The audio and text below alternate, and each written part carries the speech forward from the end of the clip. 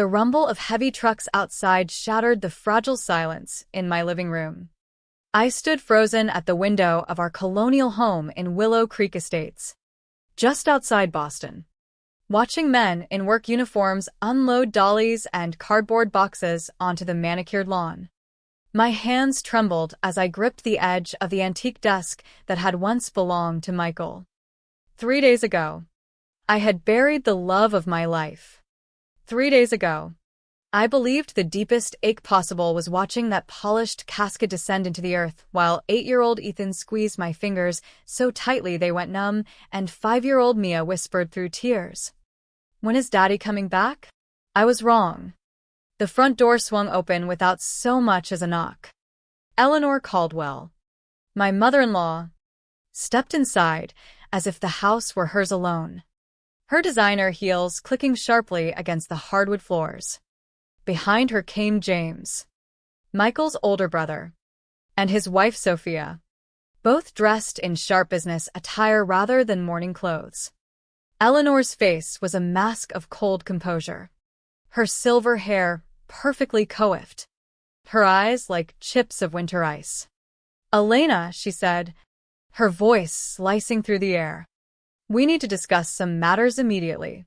My heart hammered against my ribs. "What's going on outside? Those trucks. Why are they here?" James stepped forward, clutching a thick manila folder.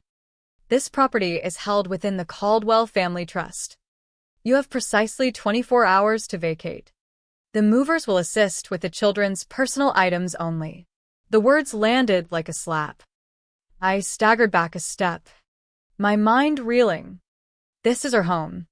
Michael and I chose this house together 4 years ago.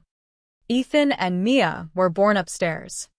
We planted that rose garden in the backyard together. Their height marks are etched on the kitchen doorframe. Sophia let out a short, brittle laugh that sent chills racing down my spine. "Your home? Sweetheart. You were only here because Michael pitted you. This estate has been in our family for generations. You were playing house. Nothing more." "That's not true," I protested, my voice cracking. "Michael bought this house for us with his own earnings. We decorated every room. We built a life here." Eleanor's gaze never softened. "Michael was always too sentimental. Now that he's gone, the adults must take charge. The accounts are frozen. The credit cards have been canceled. You have no legal claim here." I felt the room tilt. "We're family. Michael was your son. Your brother. Ethan and Mia are your grandchildren. Your niece and nephew." James pointed at me, his finger accusatory. "You are not family. You trapped Michael with an unexpected pregnancy and that sob story about your struggling immigrant parents back in Mexico. You leached off our resources for years." The accusation stung like acid, dredging up every whispered doubt I'd ever overheard at family gatherings. But I pushed back. I loved Michael. He loved me. We built this together. Sophia corrected me with venomous precision. "You had children together. Past tense. Now you're just a burden the family no longer needs to carry." Desperate, I rushed to the kitchen drawer where I kept our important documents, my fingers fumbling as I pulled out our marriage certificate. "Look, we're legally married. I have rights as his widow." Eleanor barely glanced at the paper. "That document is meaningless now. Michael is deceased. So your free ride ends today." Free ride. The phrase echoed cruelly. I had sacrificed my pediatric nursing career at Boston Children's Hospital to support Michael's demanding schedule with Caldwell Innovations, the edtech company he had poured his soul into. I had managed this household, raised our children, endured endless lonely nights during his business trips, and loved him fiercely through it all. From the staircase came Ethan's small voice. "Mommy, why are those strange men in my bedroom?" I turned to see my son standing there in dinosaur pajamas, clutching his worn stuffed dinosaur, his eyes wide with confusion. Mia peeked from behind him, thumb in her mouth. The sight of them nearly broke me completely. Remove them from the premises, Eleanor instructed the movers coldly. Pack only the children's clothing and toys. Nothing else. You can't do this, I whispered. But my voice lacked conviction. Where would we go? How could this be happening? Sophia's smile was pure poison. Frankly, Elena, that's not our concern. Find somewhere else to rot. You're no longer our problem. As the movers began dismantling our lives, boxing up toys, folding clothes, ignoring my pleas, I pulled Ethan and Mia close, their small bodies trembling against mine. The weight of betrayal pressed down until I could hardly breathe. Michael had always assured me his family would come around eventually. That love would bridge the gaps. But watching Eleanor direct strangers through my children's rooms, I realized those promises had died with him. 5 years earlier, my world had looked entirely different. I was Elena Vargas, working the night shift in the pediatric oncology ward at Boston Children's Hospital. The hours were grueling, but nothing compared to the quiet joy of comforting a frightened child in the dark or rocking a newborn whose parents couldn't stay overnight. It wasn't glamorous, but it gave my life purpose. One rainy March evening, Michael Caldwell walked into the ward looking disheveled in an expensive charcoal suit, worry lines etched deep around his warm hazel eyes.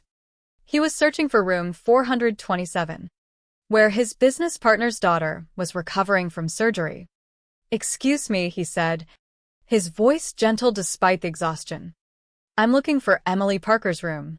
I glanced up from my charts and felt an unexpected flutter. His kindness showed plainly even through his concern. "Down the hall. 4th door on the left." "Are you family?" "A close friend. Her dad is overseas on a deal. So, I promised to check in." What drew me in wasn't his looks, though he was undeniably handsome, or the luxury watch glinting on his wrist. It was how he sat beside the little girl's bed for over an hour, reading her a story from a dog-eared book he'd brought, then stayed quietly until she drifted off, ensuring she didn't wake alone. "You didn't have to linger so long," I remarked when he emerged. "Kids shouldn't face hospitals by themselves," he replied simply. "Thank you for watching over her. She seemed peaceful with you nearby." That encounter sparked something. Michael returned nightly until Emily went home, always finding time to chat at my station. We spoke about his growing company creating learning apps for children, my aspiration to become a nurse practitioner, our families, our dreams. He confessed his mother's obsession with the Caldwell legacy and social standing. "My mother Eleanor runs everything like a corporation," he admitted one night. "James is exactly like her. They believe money defines worth." "What do you crave that money can't purchase?" I asked. "Authentic connection. Love without strings attached to appearances." 6 months later, on a quiet beach at dusk, Michael took my hand. "Elena, you inspire me to become the man I always hoped to be. Will you marry me?" I said yes before the ring even left the box. Wedding planning exposed the fractures immediately. Eleanor demanded a lavish affair for 500 guests at the country club, dictating flowers, music, even seating. Michael pushed back firmly for something intimate. "This is about us, not the family image," he insisted. The compromise was a beautiful ceremony for 100 close friends and relatives. Yet I caught Eleanor's whispered criticisms, "That girl," and questions about what Michael saw in a nurse from a modest immigrant background. As I walked down the aisle, I believed I was gaining a family. I had no idea I was entering a battlefield of hidden agendas. After our honeymoon exploring the cobblestone streets of Tuscany, Michael and I settled into the sprawling white colonial in Willow Creek Estates. The wraparound porch, gourmet kitchen with marble counters, and sprawling backyard felt like a dream come out of a storybook. Michael encouraged me to leave my nursing position, You've carried so much for so long. Elena, let me provide now. Focus on building our family, he said, twirling me in the empty living room. At first, it felt magical. I decorated rooms with warm colors, experimented with recipes from my abuela's kitchen, and imagined children filling the space with laughter. When I discovered I was pregnant with Ethan 8 months after the wedding, Michael's joy was boundless. He spoke to my belly each evening, describing future adventures, camping trips, teaching bike riding, stargazing. Eleanor began appearing unannounced with unsolicited advice. Elena, dear, perhaps hire domestic help. Caldwell wives traditionally delegate household tasks, she'd say while inspecting my vegetable garden. Roses might suit the neighborhood aesthetic better than these rustic plantings. I smiled through it, but her words chipped away at my confidence. When Ethan arrived, she immediately mapped his future, enrollment at the elite Willow Creek Academy, then Harvard, following family tradition. He's only days old. I laughed nervously, but she was deadly serious. Michael's travel schedule intensified as Caldwell innovations expanded. Weeks passed with him in distant cities, New York, Chicago, San Francisco, leaving me alone in the big house with infant Ethan. The isolation gnawed at me. I miss nursing, I confided one night after he returned jet-lagged from California. Maybe part-time shifts while Ethan naps. Michael shifted uncomfortably. We don't need the income. And Ethan needs you here full-time. It's not about money. It's about purpose. Feeling like myself again. Before we could delve deeper, his phone buzzed, James calling about an urgent contract. The conversation dissolved into business talk, and my concerns went unaddressed. Mia's birth 2 years later intensified Eleanor's grip. She hired a nanny without consultation, claiming proper households require professional childcare. When I objected, she fixed me with that condescending stare. You're a Caldwell now. There are galas, charity boards, obligations. You can't fulfill them while buried in diapers. I dreaded those events, standing in designer gowns costing more than my childhood home's rent, listening to coded conversations about people and places far removed from my roots. Polite smiles masked whispers. Michael's wife from nowhere and so different. Michael tried bridging worlds, but he grew distant, stressed by work pressures. He'd return exhausted, lock himself in his office for private calls, and collapse without meaningful conversation. Is the company struggling? I asked after one particularly silent evening. Just expansion challenges, he muttered. I noticed locked drawers, whispered arguments with James. One night I overheard fragments about revising estate documents and safeguarding assets. When pressed, he dismissed it. Business details. Elena. Nothing to worry about.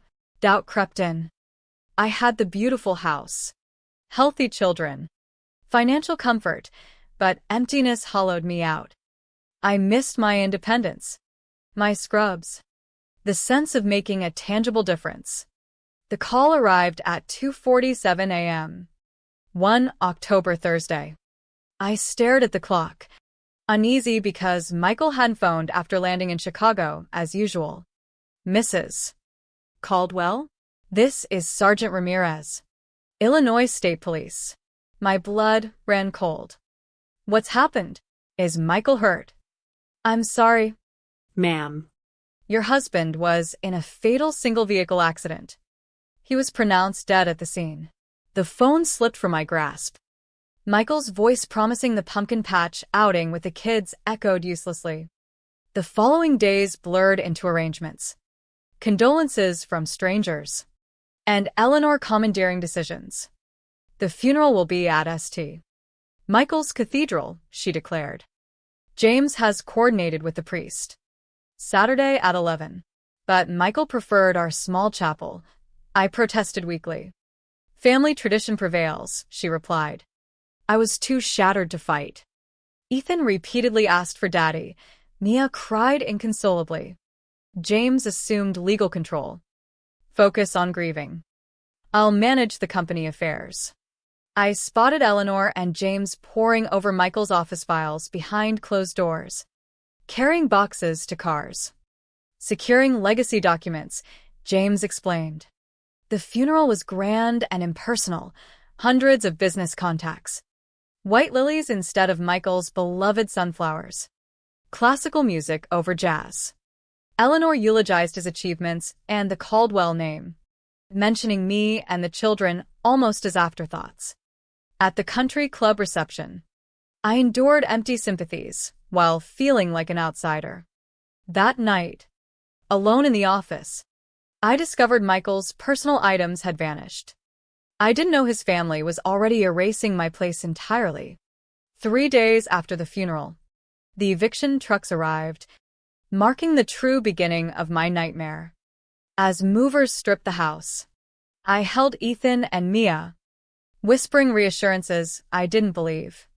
My sister Carmen arrived later that day after I called from a payphone, her face crumpling at the sight of our motel room at the rundown Highway 9 motor lodge. They threw you out? With the babies, she gasped. They claim everything belongs to the family trust. No rights for me. Carmen, juggling 2 jobs as a single mom, emptied her savings for another week's stay and brought clothes and groceries. We'll fight this. Job hunts proved humiliating. My nursing license had lapsed during the homemaking years. Renewal required time and fees I lacked. Hospitals cited my 4-year gap.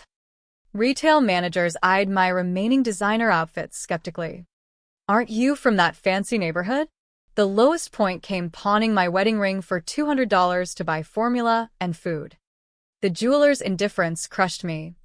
If it meant everything, you wouldn't be here. Meanwhile, local news showed James at the company headquarters touting continued success, omitting any mention of me or the children. I couldn't wait for rescue. I located a legal aid clinic and, after days of calls, reached Frederick Ashworth, Michael's attorney. The call came while feeding Mia cereal bought with Carmen's money. Mrs. Caldwell, this is Frederick Ashworth. I must see you urgently. I'll send a car. In his downtown glass tower office, Ashworth's kind eyes filled with concern at my disheveled appearance and motel admission. Who told you to leave your home? Eleanor and James. They said the trust overrides everything. Ashworth's face hardened. He retrieved a thick document from his safe. Michael revised his will 2 months before his death, specifically instructing immediate contact with you post-funeral. James claimed you were too distraught and requested privacy. He began reading aloud. To my wife Elena, the family home and all contents. 80% of shares in Caldwell Innovations for financial independence. A $50 million education trust for Ethan and Mia, with Elena as trustee. I struggled to breathe. 50 million? Your husband was far wealthier than portrayed, and he ensured your protection. Ashworth made calls mentioning fraud and potential charges. Tomorrow's formal reading at 10. The Caldwells won't be pleased.